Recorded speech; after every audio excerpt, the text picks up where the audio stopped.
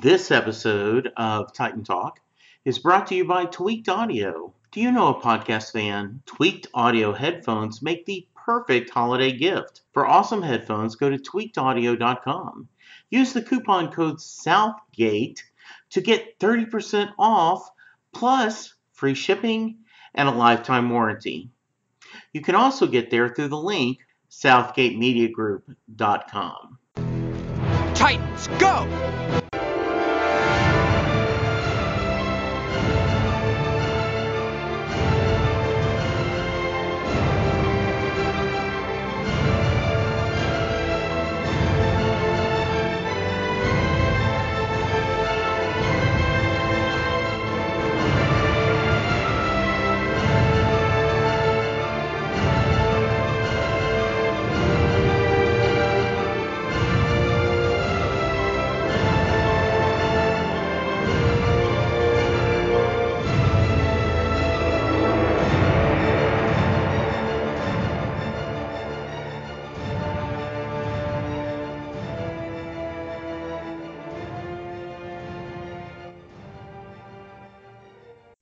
Hello, everyone.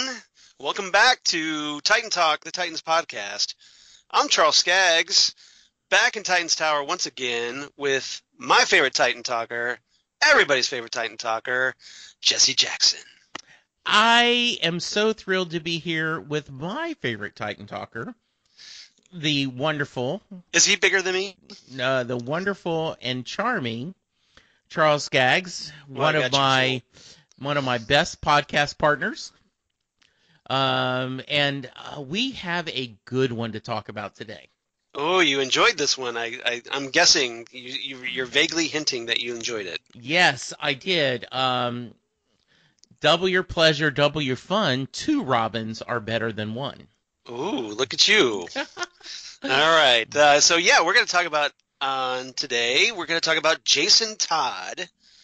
We're going to talk about the character, but that's also the title of the episode. I'm not sure why they're naming titles of episodes after people. They sure are, aren't they? But okay. Apparently, we couldn't come up with anything more clever than Jason Todd. Doom Patrol. Yeah, exactly. It's like, put a little more effort into it, guys. It's okay. Episode 6 of Titan Season 1, as we're kind of we've kind of hit the halfway mark on this. This aired just a few days ago on November 16th, 2018. Written by Richard Hatem, or Hatem. I like to think of Hatem because it sounds better. And Jeffrey David Thomas. This was directed by Carol Banker. So we have a new writer and a new director on this series. And I'm definitely looking forward to getting your thoughts on this. So what's your general thoughts on this before we get into our guest cast for the week? I liked it, and as right before you called me, or when I called you back because you called me once, I was running a few minutes late, I was getting a fresh cup of coffee, and I was thinking... Damn good coffee. Yes, and hot. That this was... For what it was a perfect episode, and I will explain why when we get to a deeper thought. But for the story they're wanting to tell, and this specific character interactions, this was done perfectly from my thought. Okay. Well, today's topics I want to just really quickly overview before we get started. We're going to talk about Dick and Jason in our first topic, and then we're going to talk about Tony and Nick Zucco in our second topic, and a.k.a. the Melting Man. And then the third topic, I want to talk about Corey in this episode. Okay. If that's okay with you. Sounds perfect. All right. So we're going to talk first. Let's go into our guest cast this week. Obviously, we get the return of Curran Walters as Jason Todd, the second Robin. And finally get a full episode with him as opposed to the cameo that we got when he made his debut last week. And he's going to be a very interesting character, and he already is, I think. We get the return of Reed Birney as the messenger, a.k.a. Dr. Adamson, and the return of Tommaso Sanelli as young Dick Grayson. Now, New to the cast are Kyle Mack, who played Nick Zucco, a.k.a. the Melting Man. You might have seen him before if you watched the 2013 remake of the movie Carrie, based on the Stephen King novel. He played a character named Kenny, as in, oh my God, they killed Kenny. And then he also played a character named Kupak Tar, one of the Tars on sci-fi series Defiance. And he was also on Dark Matter, another sci-fi series, as a character named Chase. So that's maybe where you've seen him before. And then we had Richard Zeppieri as Tony Zucco, the murderer of Dick Grayson's parents. You may have seen him if you were a fan of the really obscure sci-fi series back in the day, Earth Final Conflict. He played a character named Frank Tate. And he was on episodes of Suits and Covert Affairs on USA. And then we had Lester Speight as Clayton Williams. He's been in some interesting projects. He played a character named Eddie in Transformers Dark of the Moon, so actual big budget motion picture. He played a character named Herman in the Marvel one-shot All Hail to the King. That was one of those that was released with one of the Marvel movies as a kind of like bonus short story. And that was the one with the Mandarin, or at least the guy purporting to be the Mandarin, played by Ben Kingsley. Right. So he's in that one. And he was also in the movie Harold and Kumar Escape from Guantanamo Bay, which I thought was kind of funny because it's pretty good comedy series that if you're kind of into I'm blanking on the actor's name, who is Doogie Howser. Neil Patrick Harris. Neil Patrick Harris. Thank you very much. It's still a little early for me on a Sunday. So I bear understand. with me. But yeah, he's in that, and Cal Penn, I believe, is in it. So so check that out. So that's our guest cast for this week. And of course, Terry Tate, office linebacker. Oh, you're from those commercials. Yeah, Yes. You're talking about Lester Speight. Yeah. Yes. Yeah, he was in those series of commercials, if you remember that. They were so funny. Yeah. So, yeah, and by the way... So did you recognize him right off the bat from those commercials? No, I did not notice it until I went to IMDb just this moment and saw that. That guy. And now I want to rewatch it to it sure is. Yep. I do want to, before we get too much further into the episode, Charles is passing up breakfast with his lovely bride to coordinate with me. I've got family coming over for the Cowboy game. It's a noon kickoff, and so I appreciate your flexibility as always, Charles. Oh, you're welcome. I'm just trying to help you out. Hey, it's the holidays, so. Absolutely. All right, as we get into the holiday season, so let's talk about our first topic, birds of a feather. So I'll let you know if you can't quite get the theme off the bat. Okay. But birds of a feather is our first topic. And this is what I want to talk about, obviously, Dick and Jason, the two Robins. And or Robin and Robin 2.0, as Jason likes to refer to himself. That I want to get your thoughts on these two characters, because obviously this is the main storyline that drives this episode. And there's a lot to unpack here, because we have Dick coping with the fact that he's been replaced, and then turning around and trying to advise Jason on how to be a Robin. So I want to get your thoughts on that. What did you think about these two characters? I really enjoyed them, and I don't know why. I had a problem with the Doom Patrol because I felt like we were taking an unnecessary stop, even though it was an enjoyable stop. Right. I guess from my perspective, it's kind of the same thing here. It is, but it felt like a more seamless addition. Like I felt like we were still moving the story, though. When I pull it aside, no, it isn't. We got a whole new villain, and it was kind of its own adventure. It's more like a little pit stop along the way. Yes. So as I said, I was sitting here and I went to get coffee and I saw that I missed your call, and so I went to call you back. But I was thinking, this episode is the way it worked. It just fits with this character. At first, I was really happy to see Jason Todd. Right. I really enjoyed his enthusiasm, his kind of naive, poking, making, irritating Dick because of all the things he's talking about. Right. Like, oh, it's like we're driving the Batmobile, and Bruce like, and Dick's like, you drove the Batmobile? All these things that just I don't... kind of pushing Dick's buttons a little bit. Yeah, without meaning to. I don't think he meant to totally, maybe partly. Right. Just kind of clueless about it. Yeah, and then at the end, when there's the big fight with the cops, I'm because I'm at this point, before that happened, I'm like, man, I really think these two will get well together, and they're brothers, right? And they have a common bond, and no one else can understand what's going on.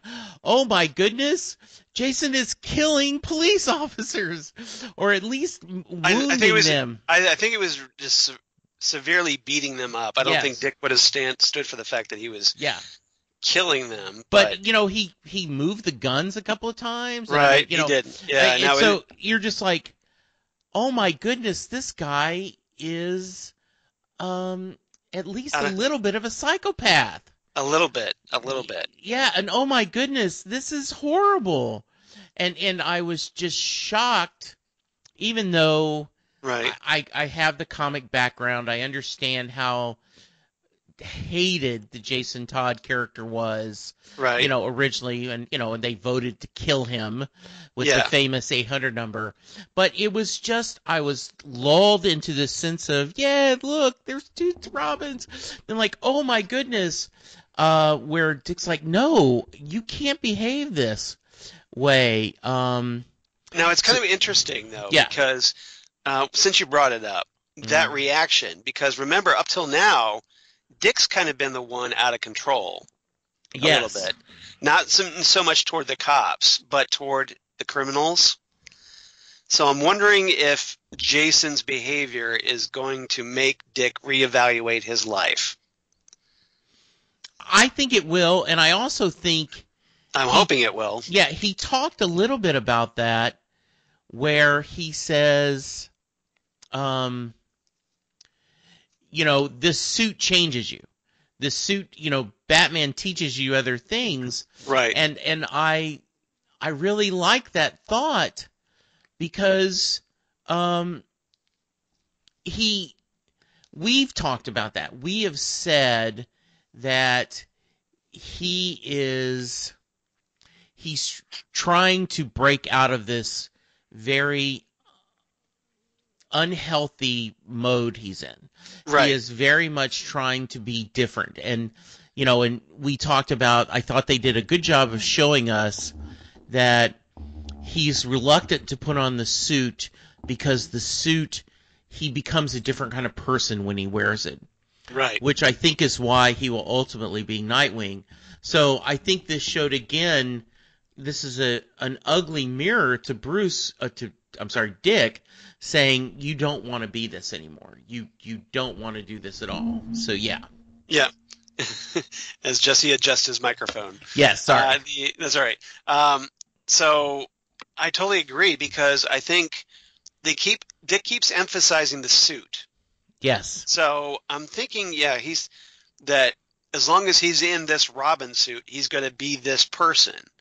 And I think this is one of the reasons, or one of the things that's the catalyst to help him evolve into his Nightwing persona, is that he feels he needs a different suit. Yes. Maybe if he gets a different suit, he'll be a different person. And here at the end of this episode, there was this very important line where Corey's asking him, well, how many Robins should I expect? And Dick pauses for a second and dramatically, and he says, none. So, translation, he's giving up being Robin, I think, after this point. I agree. So I think we may have seen the last of Brenton Thwaites in the Robin costume at this point. I think we have Dick is going to be probably just Dick Grayson until maybe the series or the season finale. Excuse me, season finale. And I think that when he becomes Nightwing, and I think it'll be this fresh break. So I think he's done with Robin at this point. I think he's seen what it's doing to Jason, and on top of everything else, his own baggage. And I think it's going to be this right here is his break from that permanently. Yeah, I think so too. And it's just they've done a really good job of setting this up. And I know we've discussed that some of our fans do not, some of the show's fans and Titan fans, right, do not like the idea of how violent the show is and how this is not their Dick Grayson. But I think this is the journey they want to show, and right. I think it is. I think it's pretty cool. Yeah. I think I've really liked how they're doing this. Now I'm kind of wondering where they're going to take Jason's character after this. Yeah. Because Dick's obviously going to have concerns about Jason being in the role. Yes. And so is he going to go to Bruce and voice these concerns? Or is just something going to happen to Jason off camera, say the events in a death in the family, where Jason in the comics gets killed by the Joker with a crowbar as a result of that 1-900 number. And maybe we'll get Tim Drake at some point. Like something happens to Jason, he dies, and then they bring in Tim Drake, who's a much more, much more stable Robin. Yeah. To kind of interact with Dick's Nightwing. My hope is no, and the reason why is I think it was a little confusing. Yeah. Doing 3 different Robins, and there's a lot of reasons why they did that. I mean, for licensing reasons and story reasons. So I like this idea of the universe maybe just sticking to right now Jason Todd, and but I don't know, and especially since for whatever reasons they cannot show Batman, or they've chosen not to for whatever reason, be it rights issues or whatever. I don't think they need to address that. I think the important thing is Dick got to see a mirror of himself, and he does not like what he sees even more. So that was good. Yeah, another thing I found interesting is that this episode is essentially what we probably would have gotten, something pretty close to this, had we actually gotten a Nightwing series, a Nightwing TV series, where it's just the emphasis is on Dick Grayson, so we get to kind of see maybe a taste of what that would be like, would feel like. And so if you're a Dick Grayson fan, if you're a Robin fan, Nightwing fan, you probably really enjoyed this episode a lot, because it really got to dive deep into his character. And then we also got the flashback 15 years ago where we got to see Dick Grayson attending the funeral of his parents. And there are several members of the Haley Circus there, including the strongman Atlas, who plays Clayton, a.k.a. Clayton Williams, who was essentially kind of like a mentor to Dick Grayson, and apparently was the one left in charge of him until Bruce Wayne came along. So I want to get your thoughts on that a little bit. So I don't know if it bothered you, but it bothered me, Bruce not being at the funeral. Right. I mean, it just seems like they should have even thrown a line, where'd Bruce go? Yeah. And he said, well, he wanted to give me a few minutes alone with you guys or something. I thought it would have been good if they would have showed, like, do what they've been doing and show a guy in silhouette, like watching from the shadows, perhaps. Yeah. From a distance, because that would be Bruce watching from a distance. Yeah. And if they had just spent like a couple seconds showing that, I think it would have been a lot better because, yeah, you would think Bruce would make the effort to be there, especially to console Dick. Absolutely. Um, I really liked the Clayton? interaction. Yeah, Clayton. I thought that was really well done.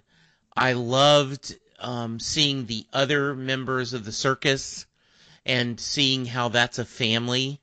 That's always at least the impression the Right. comics have given. I do know that in real world, a few years ago, Barnum and Bailey Circus closed, Right. and Penn Jillette and Michael Godot, who do the podcast for Penn Sunday School, Michael Godot, Penn went to Clown College, and Michael Godot had performed at the circus, and they talked about the experiences and how it was a family. Sometimes a dysfunctional family and one they didn't enjoy, Right. but yes. So I love seeing that. I loved the upset, the terror, and the sorrow that Dick saw when he saw his friends being killed, the pictures. Right. So I thought that was a really well done, and well done for you. I had not thought of that, but this is, this could have been almost, with a little bit of changing, right, one of the first 2 or 3 episodes of a Nightwing series. Right. Of that, yeah, I mean, I think that's perfect because you're able to see him. This is the transition. This is one of the reasons why he changed. Right. So yeah, really, I had not thought of that, but now that you mention it, I think it's perfect. Yeah, and we find out that, that with Dick, how they kind of emphasize here in this episode that Dick's life could have been completely different had he remained with Clayton as his guardian. Mm-hmm. Obviously he would have been a lot poorer. Yeah. And that's brought up. Clayton is just happy for Dick when he sees him as adult. Yes. Once again, it's just that, hey, you turned out exactly like I'd hoped, and there's no bitterness, no resentment there. He's just happy that Dick's life is the way it is now. Obviously, Dick feels differently. He's got his own drama going on, but he doesn't say anything about it. No. And that just, I find it interesting. And then, so maybe it's kind of forcing Dick to kind of reevaluate his approach about a lot of things, especially his feelings toward Bruce. And Jason kind of brings up some of that too, just like he kind of defends Bruce a little bit against Dick. Yes. That Dick brings up that, like, hey, he's trying to turn you into his weapon. And Jason's attitude is just like, dude, what are you worrying about? This is like the best gig ever. Yeah. And you should be in, like, being Robin is the best thing ever. So obviously coming out a completely different approach. Now, whether who's right and who's wrong, that's going to be up to you, I think, the viewer. Yeah, and I do love, like I said, we already talked about a little bit, but the whole, well, you have to admit your old costume was a little lame. Right. It's like, what? They look pretty much close, but he's talking about the different fibers. Like, apparently Jason's suit can take more of a punch, and as we find out, it can take acid. That maybe Dick's costume uniform couldn't take. Yeah. Like, awesome. It was woven with, like, better fibers, better material. So yes, it was. So maybe that'll also encourage Dick to, like, well, maybe I need to upgrade my technology, my suit tech. Absolutely. And get something more durable. So maybe that'll help him with his Nightwing uniform at some point. Yeah. And then I thought that was just really good as far as, like, examining these two characters and their contrast and their differences. And I thought they had good chemistry. Mm-hmm. Yeah, I thought they had really good chemistry. Jason may be a little brother to Dick, almost, sort of, and an obnoxious little brother at times, but a little brother nonetheless. And Dick is very accommodating, I think, to Jason. He totally was, and I love that's why I said I was so shocked at the end, even though Right. as a comic reader, we knew what kind of person Jason was. There was a nice bonding and a good friendship there. Yeah. They And even do Dick, or they do the fist bump. yeah, Like, there was that like Dick was kind of thinking about it a minute, but then he finally goes, "Okay, here you go," and he doesn't leave Jason hanging. He actually gives him the fist bump. yeah. So I thought that kind of spoke a little bit Oh, perfect. about yeah. his how he treated Jason. That he was Yeah. at least reaching out. He wasn't completely shutting him out. And they had a brotherhood banter. Right. You know, I saved you, White Ari saved you, and yeah, it was nice. And Jason apparently idolized Dick. He thought that, Yeah. like, I want to come here, I want to pick your brain, I want to get your, you were the first Robin, and I want to, like, I kind of respect that, I think. So I thought that was Yeah. good. All right. Absolutely. Anything else about these two characters before we move on? It was. I don't know if we'll see Jason more this season, Right. but I hope he comes back in future seasons. Maybe he'll show up for like the season finale. Yeah. When they maybe need more allies or something. So Mhm. we'll see. Yeah. But yeah, I'm kind of curious. I'd like to see more of the character and see what they do with him next. I agree. All right. Topic number 2, Robin's Reckoning. So we have Birds of a Feather and Robin's Reckoning. You think you might get the connection just yet, or no? They sound like storylines that have been in the comics, Eh, but you're close. Yes. All right. Continue. All right. So this I want to talk about Tony Zucco and his son Nick. And we get the introduction of Tony Zucco, again, Richard Zeppieri, and he's a major character in Dick Grayson's mythos. He's the one who killed the Flying Graysons at the Haley Circus because of not getting protection money from Mr. Haley, and as a result, he decided to teach Haley a lesson and murdered Dick's parents. And so Dick, obviously, once he learns and eventually tracks down and figures out who killed his parents, he's very unhappy about him, confronts Tony Zucco, and as a result, it changes the life of Zucco's son, Nick. So I want to get your thoughts on that. I thought it was good. It wasn't. It kind of felt like the MacGuffin, Yeah. like to drive the story. There wasn't as much in there as I perhaps would have liked to see, but it was okay. I mean, the highlight to me was the two Robins interacting. This was an interesting. I liked the whole acid and the kind of crazy guy going after this. He almost had this kind of Phantom of the Opera vibe to him, Yes. with that half mask, and just that, like, well, hey, you ruined my life. So essentially, Dick created a potential recurring arch enemy Yes. in Nick, the Melting Man. What was interesting is, I'm trying to catch up on regular TV.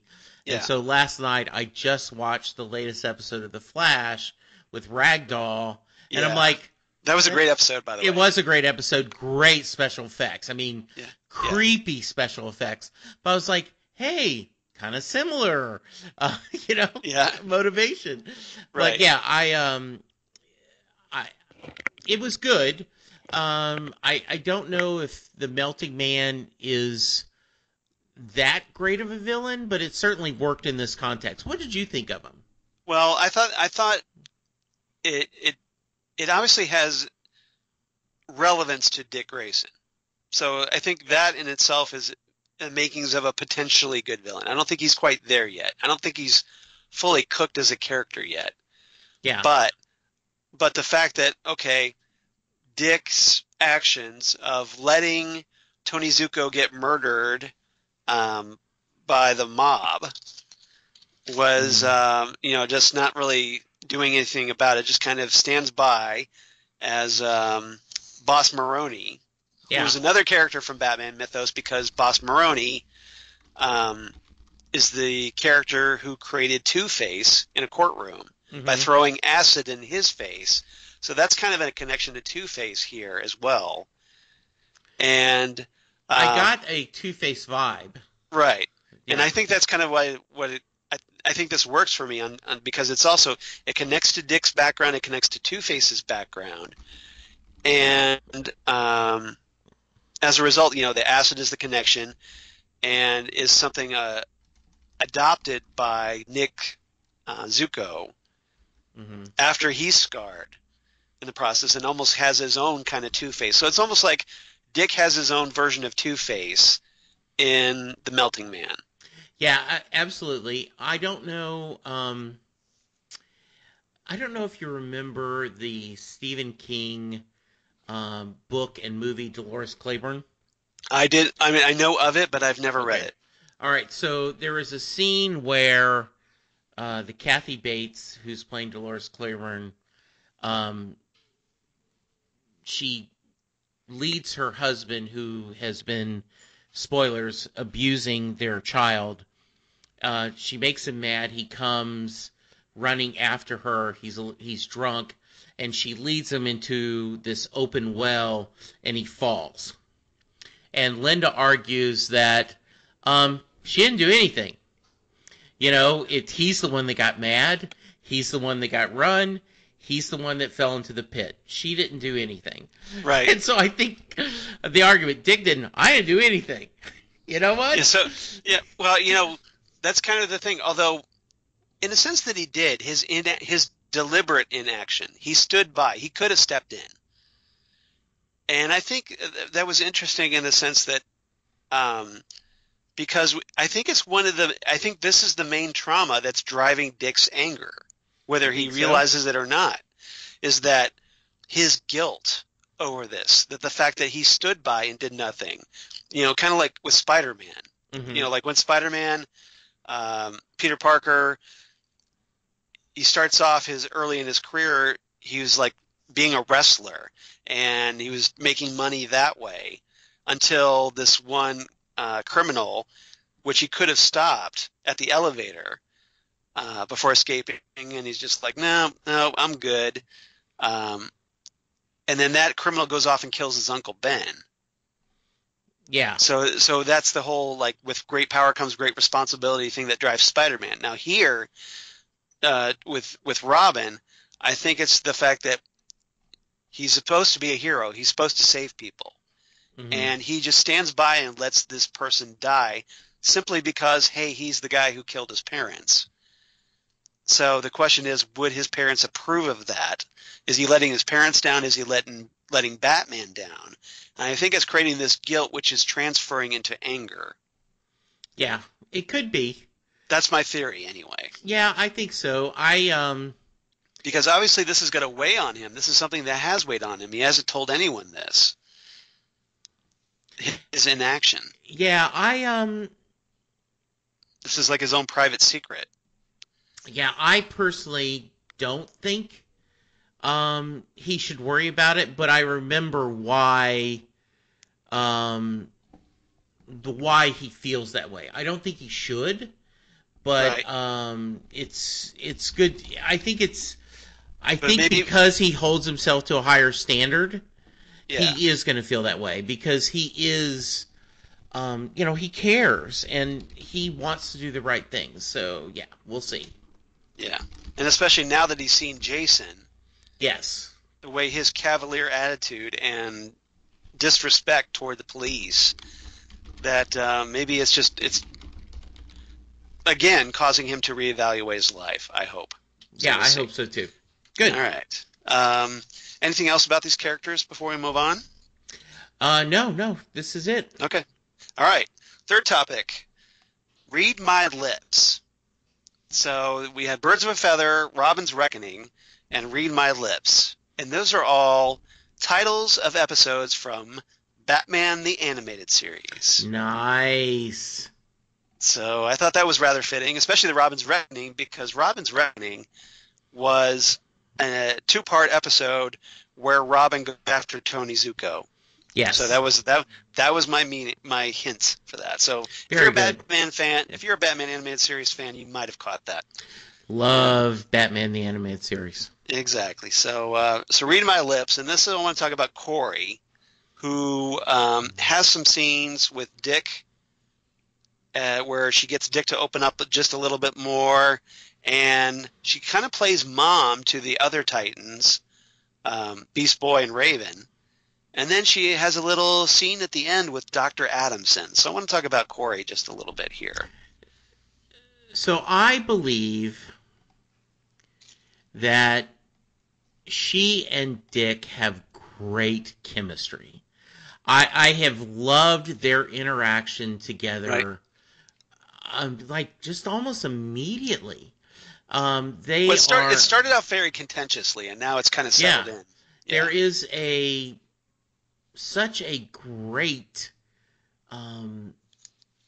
interaction between them, and there's a comfort level, and the idea that she's, how many Robins should we expect, and back and forth. I didn't kill them. I love how quickly they've settled into kind of a friendship, possible relationship. Right. Them sleeping together has not freaked either one of them out.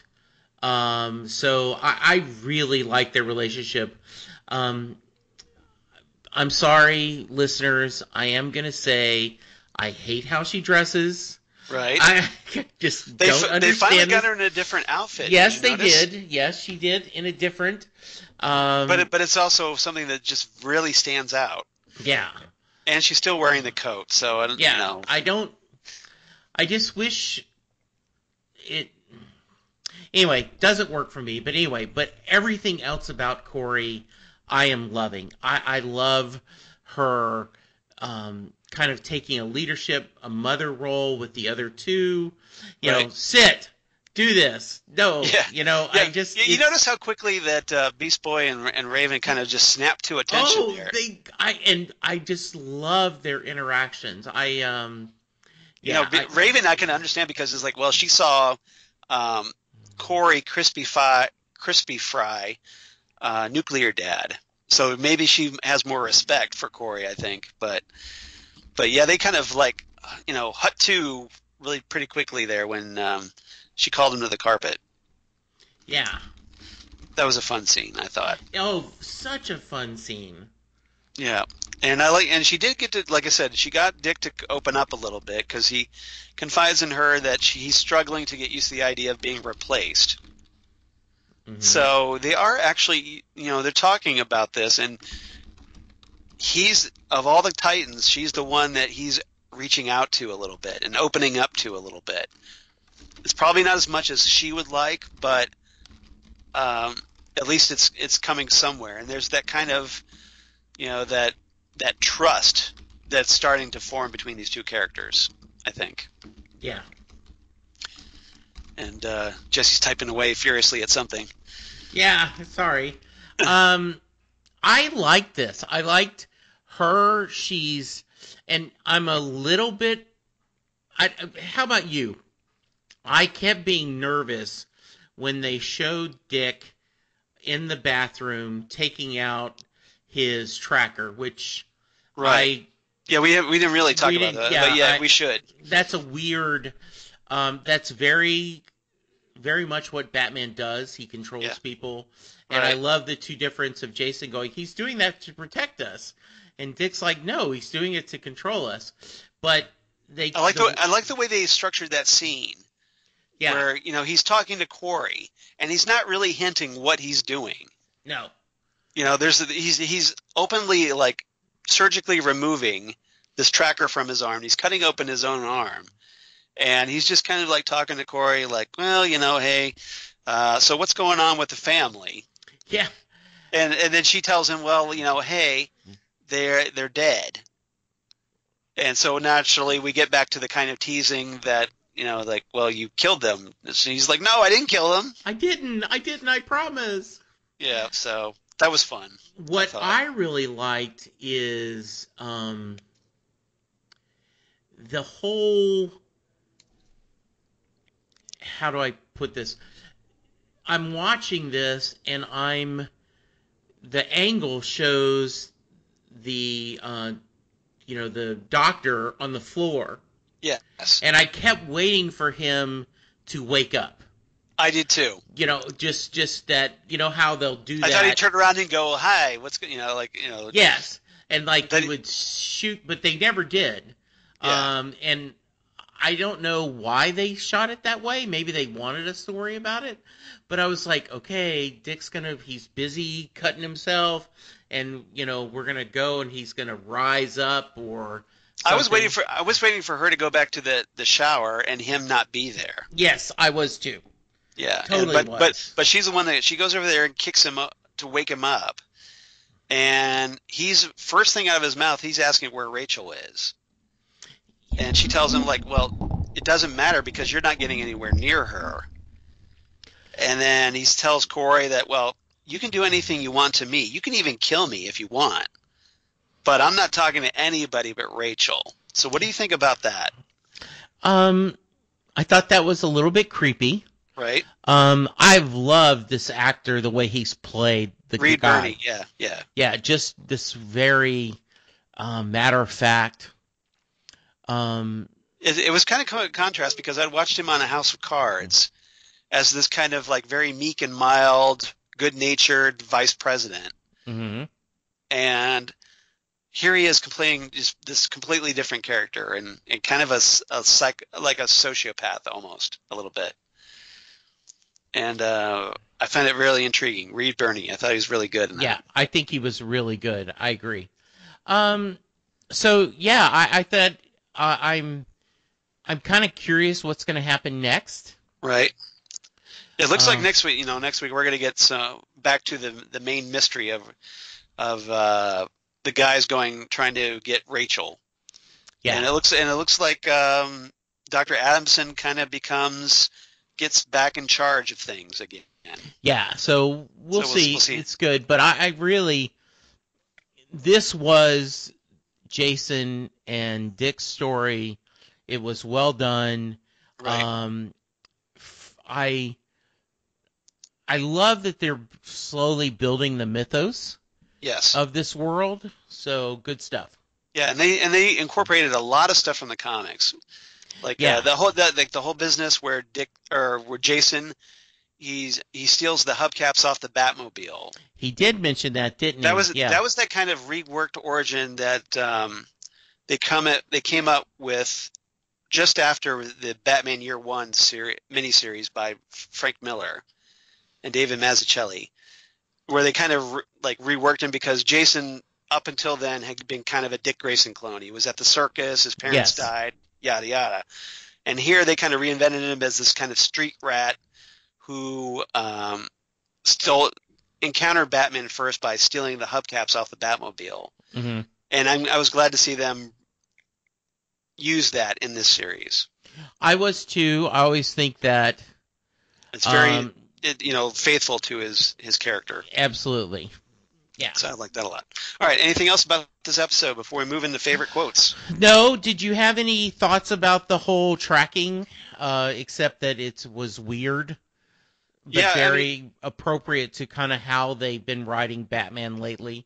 Yeah, it's kind of interesting that, Jason apparently was aware of the tracker, that he's got a tracker, but Dick wasn't.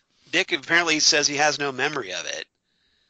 So did Batman with Dick just kind of knock him out at some point and implant this tracker? That he didn't do that with Jason, he did it openly? I thought that was a very interesting little thing that wasn't really addressed. Yeah, it wasn't, but it was.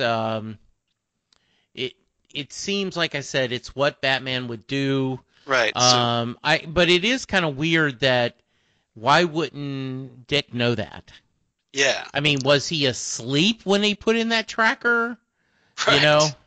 Yeah. Yeah, that's it. Yeah. I want to kind of know more about what happened with that because it seems like something that they tossed out but didn't really develop. Right. And it's kind of something I kind of want to know a little bit more about. Mm-hmm. Yeah, I agree. All right. So let's move on to our favorite lines of the episode, unless you had anything else. Nope. Did you ever write anything down? I did want to just in general terms. Yeah. The older sibling is always amazed at the stuff the younger brother or sister gets away with. Right. Right? Like you'll see that, God, you never made me do that. And, it's a common joke but it's true. Your first kid, you sterilize everything, and by the second or third, you're like, whatever. The pacifier, wipe it off your pants leg and stick it back in the kid's mouth. You feel more confident. Yeah, so I thought that was really well done because they are brothers. Because of their roles, they are kind of brothers. And the other thing is kind of like foster brothers. Yes, and the only other thing is, how does Dick not call Bruce and tell him what's going on with Jason? Yeah. This lack of involvement by Bruce Wayne when you're talking about all this Dick Grayson and Jason Todd stuff is frustrating. It is. If they did not touch it at all, but it would be a little bit, I guess then we'd be complaining that they're not, they're totally ignoring it. But it is just, if nothing else,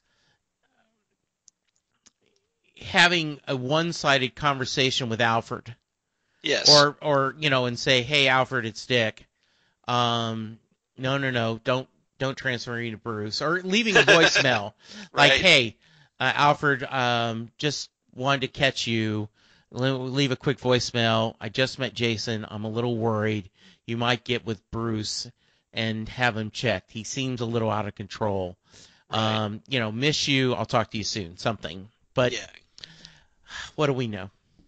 All right. I know. And I'm hoping things will improve once Gotham's off the air. Yes, absolutely. Maybe then they'll get some more ability to bring Bruce or Alfred at least, maybe. We'll see. Yeah. And I think,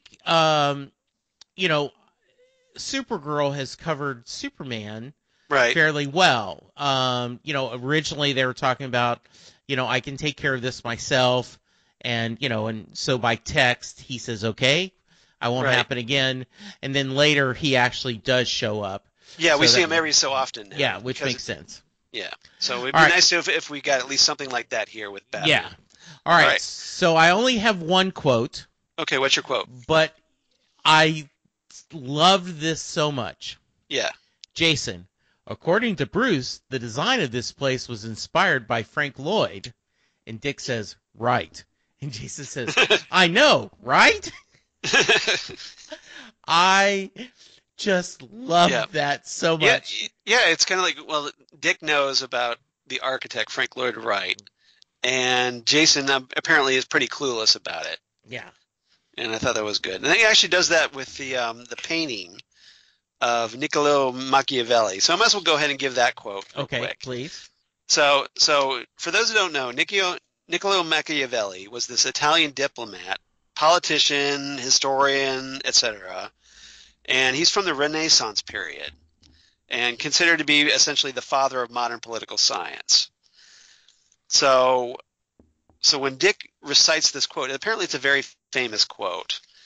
And so it's also kind of a controversial quote. So there's this exchange between Jason and Dick where they're looking at the painting that Bruce has on the wall. And Jason says, who's this? And Dick replies, Niccolo Machiavelli.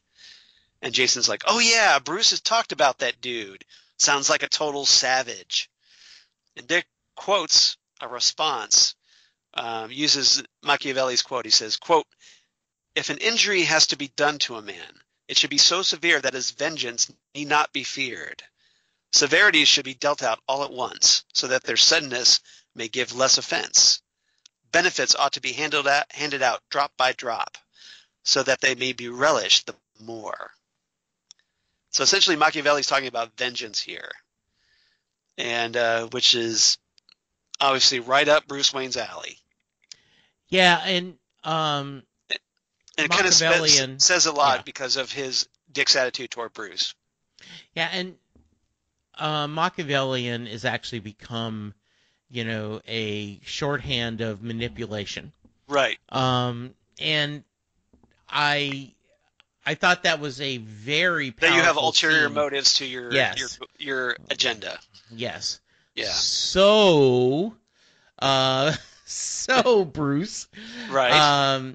So yeah, I was very, very happy with that scene and the way that we went with this, right? Yeah. Yeah. So yeah. And for anyone wondering who the painter was who painted that, it's Santi di Tito. Okay. Did So not that's know the that. artist. Yep. Santi Okay. di Tito.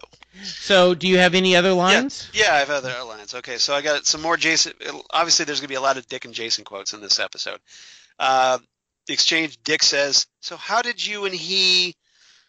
And Jason says, "I was out boosting cars. Guess I chose the wrong one, or the right one." And Dick replies, "You tried to steal the Batmobile?" Jason replies, "No, man, just the hubcaps." So sad, so sad. Yeah. But it is very, very appropriate for their characters. Yes. And then Dick confronts Jason again later about why he wants to be Robin. He says, "Why are you even doing this? Why do you even want to be Robin?" And Jason replies, "Are you kidding? This is the dopest gig ever. Hanging out with Batman, kicking bad guys' asses, being famous, driving the goddamn Batmobile." And Dick replies, "He lets you drive the Batmobile?" Yeah, that was sad. But funny. I mean, poor Dick, like, what? What? Yep. What do you mean? Right. Yeah, so greatness. Later, there was a great exchange between Dick and Corey, where Dick says, this is when he was taking out the tractor. He says, "Any update on the family?" And Corey replies, "They're all dead." Dick's like, "Corey," and also, like parent-wise, and Corey replies, "I didn't kill them. I just walked in and they were like dead. Their heads exploded." Dick replies, "Hell of a coincidence." Yeah. I love that. I love them two together. Yep. This They has have been some great. good banner. Yeah, it is very good banner. They Yes. do banner pretty well. Lastly, I have a kind of one of Dick's final advice to Jason in this episode, where he goes, "Hey, you want my advice? Don't be Robin. All those years Bruce was helping me, he was turning me into a weapon. His weapon. And he may have you convinced that you can get everything you ever wanted, but you can't unlearn what he teaches you, and you can't control it. Believe me, the price is too high." Yes. So we'll see what happens with Jason next. I'm guessing we haven't seen the last of that character. Yeah, on the show. I hope not. And they are doing a very good job of building their universe. Yep. So that's good. That's good. So what's your rating for this episode? So I like this one. I think they're doing pretty well. Yeah. And so I'm going to give this 8 out of 10 really bad fake IDs. That was a good scene. That was a good scene. It was kind of like Dick feeling like a little more justified, because remember earlier in the episode, Dick was shut out of the safe house. Like Yes. his access had been revoked, and Jason's just like, "Here, bro, I got it."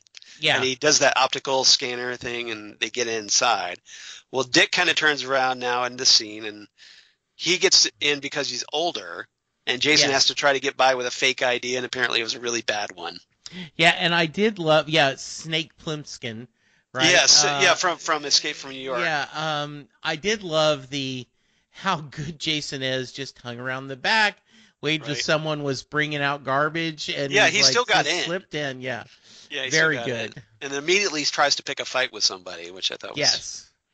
Just sad. Yeah, it was sad. And how about you? What's your rating? my rating 8.5 underarm trackers. Ooh, nice. Thank Liked you. it a little more than I did. Yeah, and I'm surprised. I thought you'd be a little higher, but I really like this one. I like seeing the interaction between Dick and Jason. I thought it was really good. Yeah, I agree. And lots of good stuff. So, again, hopefully this will be the meeting Jason and going through all those emotions. Hopefully this will be the thing that gets Dick's Grayson's life on track, finally. I agree. Hopefully. Good. All right. I do have a little quick Titans Tower news I want to talk about. Please. Because we got the premiere date for the upcoming return of Young Justice, the animated series, which in this third season will be Young Justice Outsiders. And that's going to premiere on Friday, January 4th, 2019. So just after the holidays. Good. And so I was thinking, if you want, we could cover this because there's a lot of Titans characters going to be featured in this episode or this series. Yeah, I don't know if you watched the Young Justice animated series at all. I did. I watched the first season and liked it a lot. The second season kind of had the time jump, right?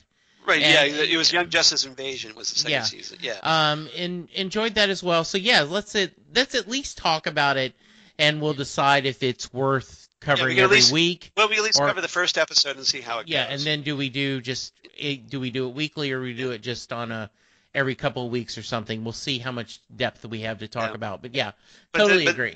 But there's a lot of Titans characters, and there's like Nightwing, there's the Connor Kent Superboy, Aqualad, the second Aqualad, Kid Flash, Bart Allen, Bart Allen Kid Flash. We've got Cheshire is going to be in this, so there's obviously Titans connections with this. So it's good. I think it's very relevant to what we talk about. And again, it's also on DC Universe, so it would help us help fill the gap between now and the Doom Patrol series. So, absolutely. All right. Now we did get a couple of Tell It to Titan talks this week. Yay! Yeah, so I thought I'd run those down real quick, unless you have them handy. No, I do not, so please. All right, so first is the return, of course, DJ Nick from Milan, Italy. So hello, Nick, once again. Thank you, Nick, yes. One of our increasingly loyal listeners, so cheers to Nick. Absolutely. And he's interacting with us on Facebook and everything, so that's great. It says, Dear Jesse and Charles, what can one say after watching Together? So he's talking about the previous episode. Well, it was a joyride of thrills, chills, and kills, without a doubt. So fast-paced, I found myself bummed by the time the episode was over and was left wanting more. There is an incredible chemistry between our Fab Four, and though I feel that the writers could have given Anna Diop and Brenton Thwaites a little more time before inevitably bunking together, the two definitely sold the mutual attraction and sexual tension that had been boiling up to that point. Continuing to love Tegan Croft as Raven and Ryan Potter as Beast Boy is certainly growing on me. I actually will go as far as to say I much prefer this incarnation compared to the one seen in the animated series, which did tend to grate on me more often than not. Finally, it will be interesting to see where this dual Robin situation will go, and I think Curran Walters will be a pleasant and interesting addition to the show as we move towards the halfway mark of this first season. In short, I am absolutely loving this show! ! Totally agree. Furthermore, I did have a question to ask you guys. Being huge Titanites, is that a name or did I just make that up? I think you just made that up, but that's okay. Did you ever get to pick up the Great Titans theme box that Funko did in their Legends of Collectors line? If you haven't, I strongly suggest you do. Keep up the great work. All the best, DJ Nick. Thank you, DJ. I did not get that. Did you? Yeah, no, I didn't, but I was tempted to because if nothing else, there's a great exclusive Nightwing figure where he's in his first Nightwing costume that George Perez designed, with the high collar, and I love that costume. I know a lot of people think it's cheesy, and it is kind of cheesy, but I really love that costume, and I really would like that Funko. But I wasn't sure if I wanted anything else in the box, so I couldn't quite justify getting it. But I would definitely love that Funko. Now, the problem is, if I go to a convention, that Funko is like $35 or more, depending on where you get it. So, it's like, well, do I want to spend that much money just for the Funko? And so hopefully Santa's nice this year. And, there you go. Would pick that up because that would be great. But yeah, I just thought that was cool. So yeah, it's not for lack of wanting. It's just trying to justify the purchase on my part. Oh, very nice. All right. So we have a new listener. and who writes in with the subject line, Mr. Roboto. Ooh, good. So this is Stephen in Dallas, Texas. So I don't know if you know a Stephen in Dallas, Texas I or do not. not, but hey, a fellow Dallasite. And this is Stephen with a PH, not a V. And so Stephen writes in, he goes, hello, Charles and Jesse. Well, hello, Stephen. I've been enjoying your Titans podcast so far, exclamation mark. All right. Yay. Having just listened to your latest podcast on the episode together, I thought I would reach out and share my thoughts and inquiries. Well, please do. Before I get into it, I just want to inform you this is the first iteration of the Titans that I have followed. I've seen some episodes of Teen Titans, but other than that, I'm not as familiar with this particular division of DC. I'm more familiar with Batman, Superman, and Arrowverse, so I'm not completely lost, but please forgive my lack of background knowledge on the Titans. No problem. No problem at all. That's what we're hoping. This is what we're here for, to help educate everybody about the Yeah. Titans. Problem. I mean, everybody just learn right along with us. In your podcast, there was some debate about whether the nuclear family was human or android. I believe you stated that the comic version, they are android. I did. In the show, the new nuclear father is shown being brainwashed or psychologically reprogrammed to be more compliant for this mysterious entity's nefarious purposes. This evidence, combined with the fact that they need to inject themselves with some sort of serum, makes a strong case that they are indeed human. I would definitely agree with you. You're absolutely right. Yes, I agree. I would also think that the nuclear family we saw would not be back if they're human, and one could just as easily assume there are several sleeper cell families ready to be activated if they wanted to try again. That's a good point. I didn't think about other sleeper cells. Yeah, and and I still have a slight.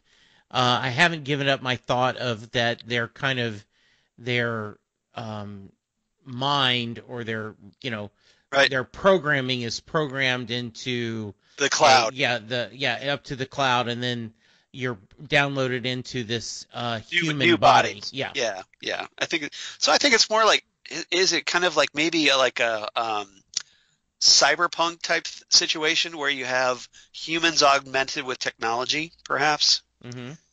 Like that kind of hitting the that crossover between human and technology. Yeah, could be. Yeah. So Stephen continues. He says, a question I had about the new Robin, Jason Todd. As you've stated in the comics that Todd was the more violent one compared to Grayson, could it be possible that the writers might have switched these two personas? Well, as we found out in this episode, no, they just made Dick a little worse and Jason a little worse. Absolutely. I'm not sure what the implications would have, as I've not followed the story of Jason or a story of Robin closely. I was just wondering if that could be an easy explanation as to why Grayson is so violent. Well, I think in this episode that Jason Todd that we just covered, I think it gives a little more insight about why Dick has been acting the way he has been. Yeah, I think so too. I think they did a great job of showing that. Yeah. Last question. Although Grayson seems to appear to be very violent, he often states he had left his previous partner, Batman, for a number of reasons. They all seem to be in regards to Batman, quote, taking things too far, unquote, in one way or another. I'm just wondering if you think the Titans version of Batman is similar to the Snyderverse Batman, who is far more violent and unforgiving. Considering how violent Grayson is, I'm just trying to imagine a universe where Batman is even worse. It's possible they could be thinking the Snyderverse Batman. I hope not, but it's possible the way they've depicted Batman so far. Yeah, could be. Could be. Anyways, thanks for reading my very long email. I'd love to hear your thoughts and answers to any of my questions or theories. I will definitely leave a review, yay, and try to promote your podcast, as I feel it is the best Titans podcast out there today. Aw, thank you. You're awesome, Stephen. Keep up the great work, he says. So cheers to Stephen for that, and thanks for calling us the best Titans podcast out there today. So hopefully other people feel that way as well, and we're trying hard to be. So if we're not, let us know what you think. What should we be doing? So yeah, please do that. So if you want to be like DJ Nick and Stephen, and please do, You can contact us here at TitanTalkCast@gmail.com. That's TitanTalkCast@gmail.com.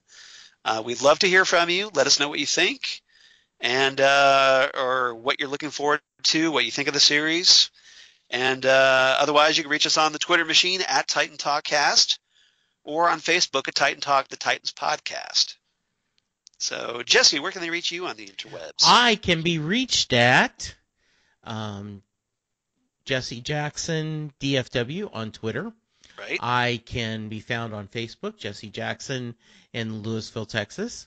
Yes. You can hear Charles and I talk about the long-running, wonderful Doctor Who, right, that is going through a wonderful new season. Yep, and we would just be hitting its 55th anniversary later this week. Wow, that's amazing.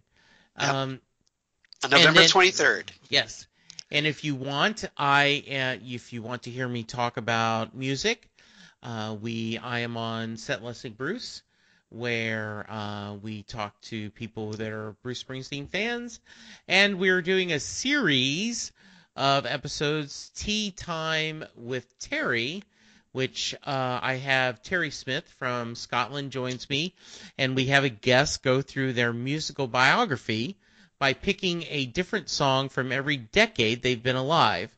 And That's we're cool. hoping to get Mr. Skaggs on sometime to discuss that. Yes, I think you would be as diverse as your musical tastes are. Right. I bet you could, and as you're a wonderful writer, I bet you could come up with a really good story of weaving the songs on the decade. So, well, I think you could maybe persuade me to do that. So, yeah.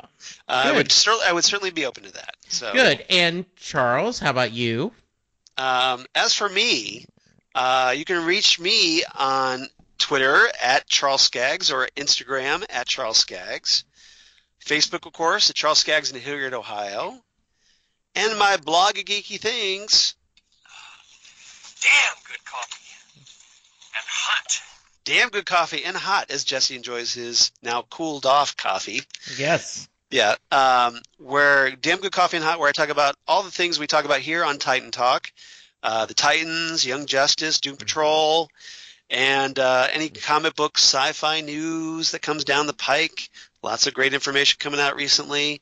And news of my other podcasts that I do for Southgate Media, including the aforementioned Next Stop Everywhere, the Doctor Who podcast that I do with you, Jesse, or the Fandom Zone podcast that I do with friend of the show, Curran Lindsay, where we talk about comic book shows on TV. So if you enjoy what we do here in Titan Talk, you might want to give Fandom Zone a listen, because we kind of do the same thing, but for other shows like the Arrowverse shows or Daredevil, you name it. And Ghostwood, the Twin Peaks podcast that I do with Zan Sprouse, wife of comic book artist Chris Sprouse, where we talk about all things Twin Peaks and David Lynch and other cool stuff that we end up digressing on from time to time. Very nice. So please check that out. And again, if you want to be like Steven, you want to leave us a review on iTunes, Apple iTunes, we would definitely appreciate that, because that helps people find us on Apple Podcasts, and that would definitely be appreciated. So Steven, thanks for doing that. And we look forward to reading your review. I know I will, and I'm sure Jesse will. And everybody else, I hope you do that as well. We definitely appreciate it.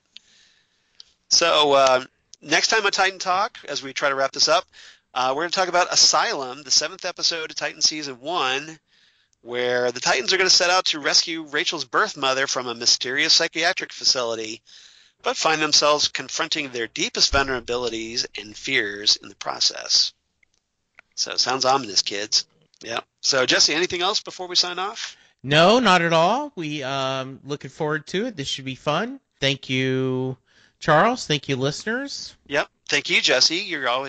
I love talking Titans with you, and I can't wait to talk about next week's episode. I want to hear already.